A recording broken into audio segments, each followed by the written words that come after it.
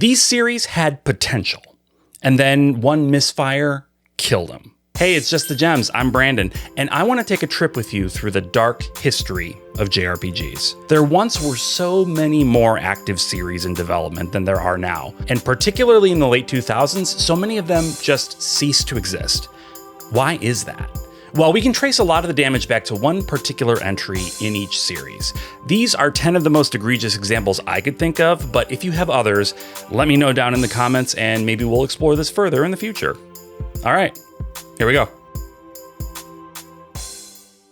Breath of Fire was a solid series on the Super NES and PlayStation 1 that consistently got better over time. The original was a good, if not entirely remarkable entry in the early days of the Super Nintendo, and the second, despite being hampered by a truly historically terrible localization, was a significant step up, particularly in the story department. The two entries on the PlayStation raised the stakes even higher, with Breath of Fire 4 adopting a gorgeous art style that holds up surprisingly well to this day. You can't say that about too many PlayStation 1 games. And then the series moved to PlayStation 2 with the fifth entry, Breath of Fire Dragon Quarter. Here was a game that took some massively big swings, and unfortunately it kinda whiffed on all of them. It was a darkly cel-shaded roguelike turn-based RPG set in an underground kingdom with a power meter that slowly filled over time and with use of your main character reused dragon powers. Once that meter reached 100%, it was game over. Replaying the game from the beginning would allow you to carry over certain stats and whatnot, and the game unlocked new cutscenes to fill you in on more of the story, but like I said in another video on this channel, gamers just weren't ready for roguelites in their JRPGs back then. I think the game would probably find an enthusiastic, if niche, audience if it came out today, but unfortunately it got buried in disinterest and it probably sealed the fate of the series at the same time. Of course, canonically, there is a Breath of Fire 6, but the less we say about that, the better. It was an online mobile game released only in Japan, and it shut down in less than 18 months. The series was already dead. They just decided to desecrate the corpse a bit. Wild Arms was an early JRPG on the original PlayStation, and it innovated in some really cool ways. First and foremost, the setting. This was a world inspired heavily by old westerns, focusing on guns as the main weapons, called arms in the world of Filgaia. It also gave us some mid-dungeon puzzle solving in the vein of Zelda, or more accurately in the vein of Lufia 2. You could use certain weapons and abilities outside of combat, like bombs or ropes, to help traverse the labyrinths.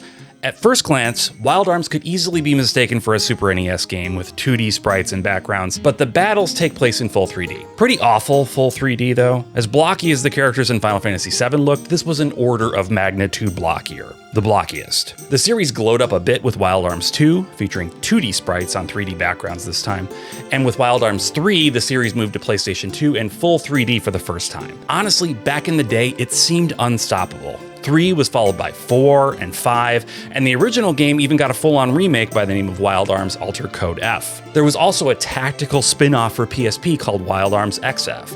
It was becoming about as prolific as Final Fantasy had been in its heyday. But after Wild Arms 5, the series just sort of stopped. A lot of key devs left the studio, which is probably a big factor. Well, that, along with the fact that sales were declining, and Sony, who owns the franchise, has really never been the biggest pusher of JRPGs, at least not of their own creation. Still waiting on that Legend of Dragoon remake, guys. Quality is of course subjective, but there was a noticeable slide in terms of review scores as the series went on too. Seems like Wild Arms 5 was the series' last hope, and unfortunately it just wasn't able to pull off a win to keep it alive. All hope is not lost though, since Armed Fantasia is potentially still coming. If you're not aware, Armed Fantasia was a Kickstarter success from several years back from key devs behind Wild Arms, and it's positioned as like a spiritual successor. Keeping my fingers crossed that that actually sees the light of day, and this series can sort of pick back up where it left off. Suikoden was similar to Wild Arms in that it was an early PS1 JRPG, it looked at first glance like it could have been a Super NES RPG, and it ended up spawning an adoring fan base that persists to this day. Suikoden 1 and even more so Suikoden 2 became classics almost instantly. The 2D visuals might have once been viewed as archaic, but they've really held up over time, and the combat was just complex enough to be exciting without being overwhelming. And it had freaking 108 recruitable characters, which was just entirely unheard of at the time. Still kind of unheard of today. True, not all 108 were playable. Some would just set up shop in your home base and offer a variety of services or whatever, but still, such a cool selling point. What really set Suikoden apart, though, was the intricate political story it told. Like, this was not a basic young kid and his friends set out to kill God and save the world sort of story. This was about war and about betrayal and about how sometimes even the people we love can end up on different sides of a conflict. Suikoden 3 brought the series to PlayStation 2, and like with the previous two series we've talked about, it was the first fully 3D entry. To say that the presentation suffered a bit is probably an understatement. It doesn't seem like the team was quite ready to take the full plunge on 3D just yet. The game was still great, particularly the story, which gave us 3 different scenarios to play through that eventually came together in the end. But that walk cycle, man, don't love that animation. Suikoden 4 is where the trouble truly started. It just didn't perform very well, and doesn't seem to have been particularly well liked. Possibly because of that, the next game, Suikoden 5, really took a hit in the sales department, and the series wrapped up there and then. However, much like Wild Arms with Armed Fantasia, Suikoden got a new lease on life, but from 2 different directions. The original creator formed a new studio and created Eiyuden Chronicle 100 Heroes, which, if the name didn't give it away, is a beautiful spiritual successor to Suikoden. On top of that, Konami themselves seemed to be interested in reviving the series. They gave us HD remasters of the first 2 games, they're producing an anime of the second game, and they're releasing a new title called Suikoden Star Leap. It's a mobile gacha game, which is a bummer, but if it does well, hopefully that, combined with sales of the remastered collection, will give us some new console entries in the future. I can live with a world where we have 2 parallel Suikoden-style series. That's all right with me.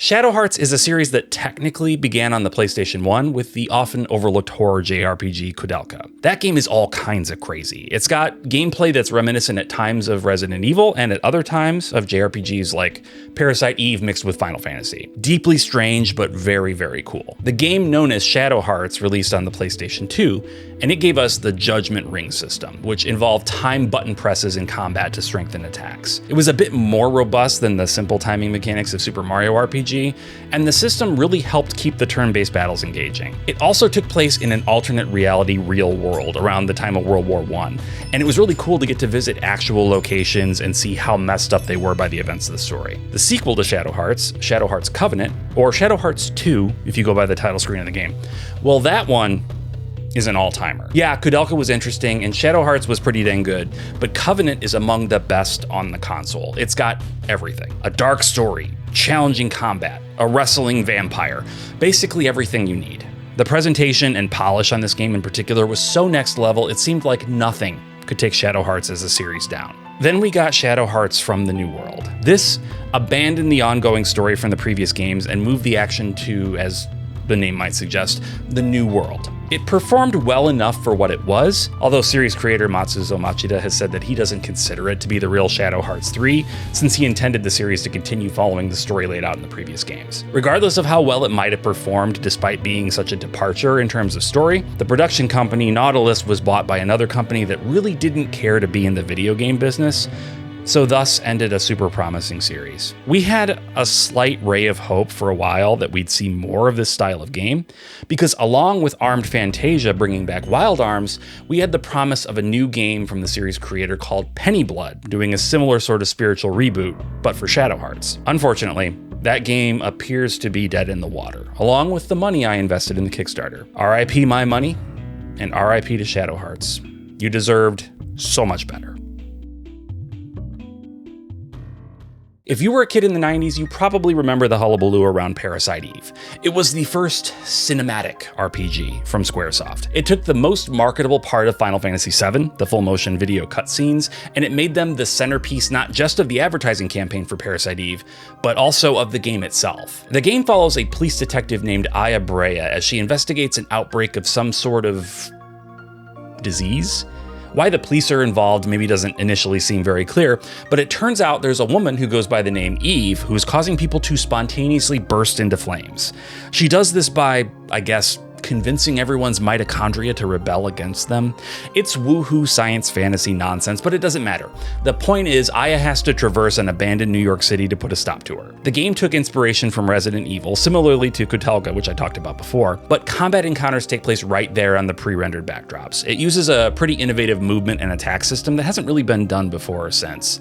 It was a super short game, maybe 8 hours to complete, but it was a really cool experience. Trust me, those graphics turned heads back in the 90s. There was a PlayStation sequel simply called Parasite Eve 2, but this time the devs moved completely away from the whole cinematic RPG thing and went all in on cinematic survival horror. It still had RPG elements like experience points, but it was much closer to a pure survival horror game. 10 years passed before we saw another Parasite Eve game, and when we did, it technically wasn't Parasite Eve anymore. The third birthday hit the PSP in 2011 over here, and it had now dropped not just the Parasite Eve name, but also the survival horror gameplay altogether. What we had now was a run-and-gun shooter with RPG mechanics and a convoluted time-traveling story. It was reasonably well received at the time, but it hasn't really held up, and being stranded on the PSP with no remasters or other versions kind of cemented its reputation as a forgotten footnote in JRPG history. Whether or not Parasite Eve makes a comeback is most likely up to Tetsuya Nomura, and he'll be busy with Kingdom Hearts 4 for the next 12 years, so it's not likely we'll ever see Aya Brea again. Chrono Cross was my dream game. I loved and still love Chrono Trigger, and despite how long it's now been since we've had a new Chrono game, at the time, the 5-year wait between Trigger and Cross was excruciating. Let me go back to the beginning here.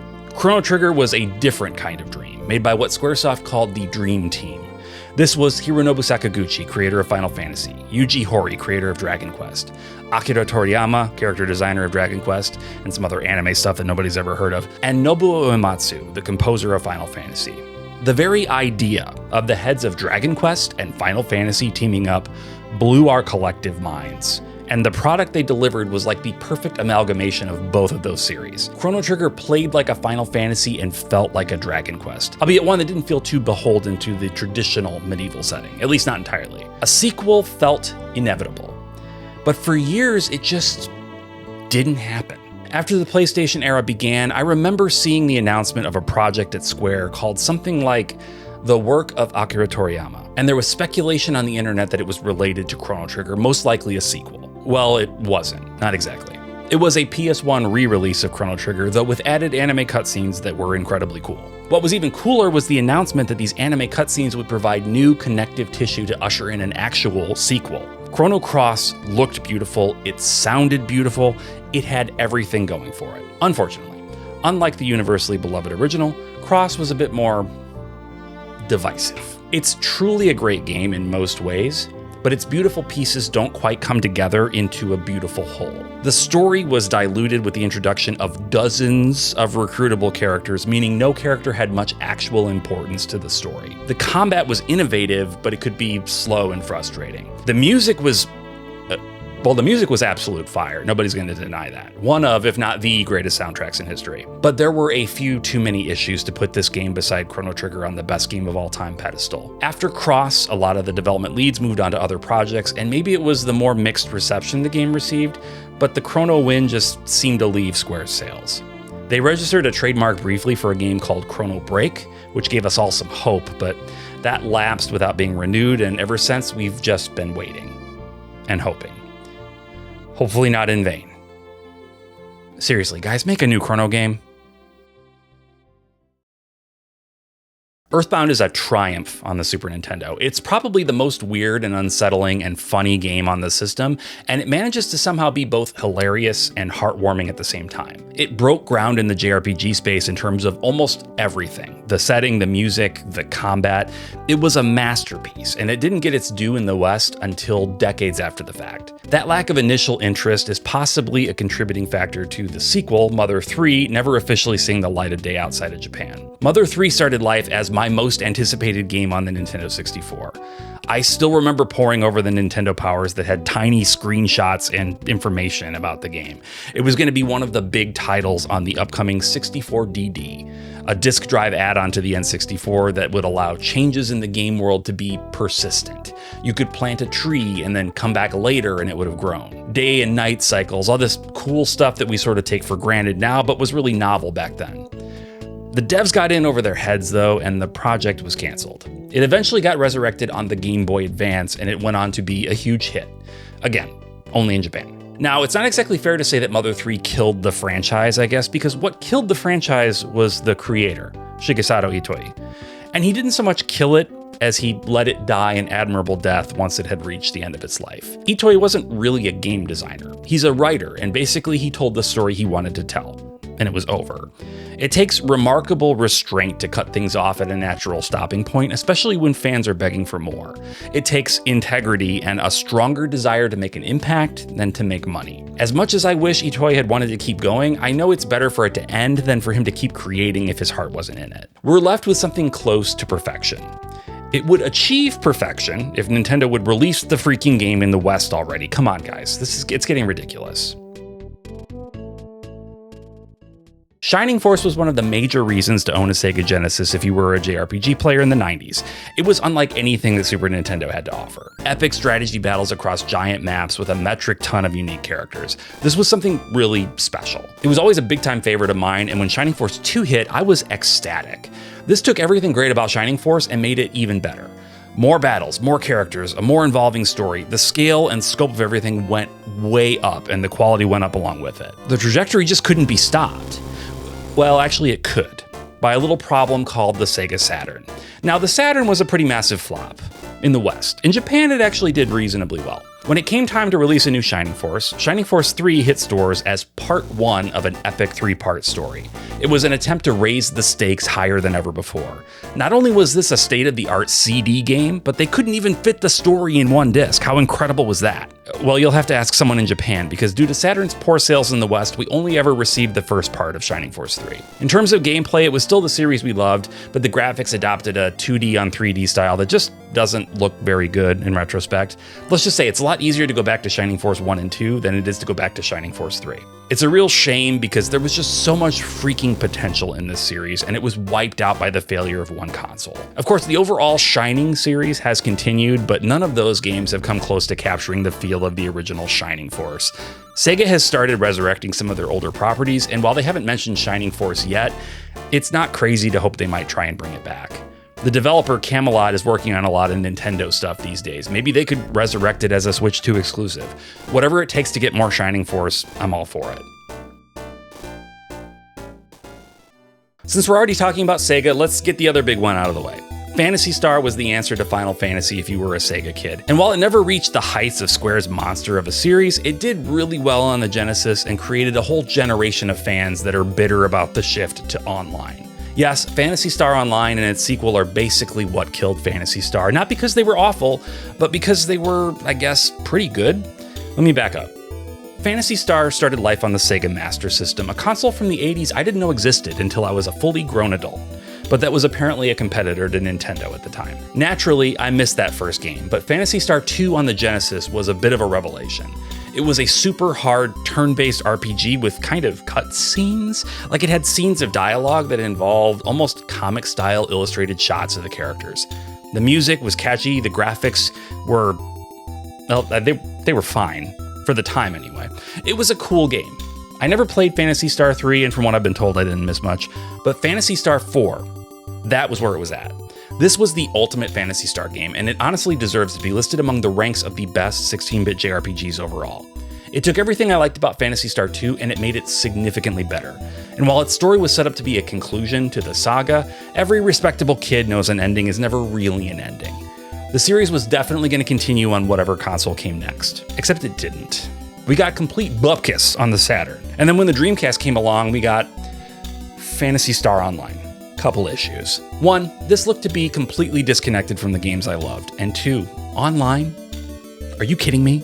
Do I look like I have $1 million? Do I look like my parents are going to let me tie up the phone line all day so I can kill monsters with my friends? Of course not. I didn't have any friends. Phantasy Star Online continued with a bunch of spin-offs and eventually a sequel, one that I think is still going strong today. But miss me with that online stuff. I want a classic old school Phantasy Star experience, and I think it's a shame that it's likely never gonna happen. Star Ocean. Man, oh man. Was I ever excited about this game when I first saw it talked about in some gaming magazine in the 90s. You know, it might have been Nintendo Power, actually, in the section where they would sometimes talk about Japanese games that they expected would eventually come to America. Except this time, it didn't happen. No, the first Star Ocean game we got was The Second Story on PlayStation, and that game is a bona fide classic. Action RPG combat with a complex character relationship system and crazy levels of skill customization. The systems were definitely way over my head as a kid, but I was there for the combat and the story. And then Star Ocean 3 came along. Subtitled Till the End of Time, Star Ocean 3 did something unforgivable to the series. It wasn't that the gameplay was bad or that the characters were dumb or something. No, it somehow managed to have a twist ending so incredibly awful that it forever tainted the reputation of the series. I mean it. It's basically impossible to try and have a conversation about this series without someone mentioning the awful twist in Star Ocean Till the End of Time. Now, you might be thinking, but Brandon, how can Star Ocean 3 have killed the series when it's still going on? The latest game, The Divine Force, just came out a few years ago. And yes, that's true. But there's almost no enthusiasm for these games anymore. Star Ocean 3 started the series on this rough downward trend and severely robbed it of support. If Star Ocean 3's ending hadn't been so divisive, I genuinely believe the series would be a much bigger deal today than it is. It was a horrifically ugly mark on what was otherwise a top-tier franchise. So what do you think? Am I off base? And what are some other games whose sequels ended up killing off the franchise? I'd love to talk about more of these sorts of games. I just find the stories behind them so interesting. Anyway, that's all for now. Thanks for watching.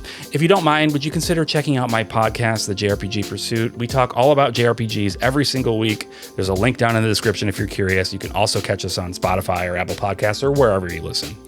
Anyway, catch you later.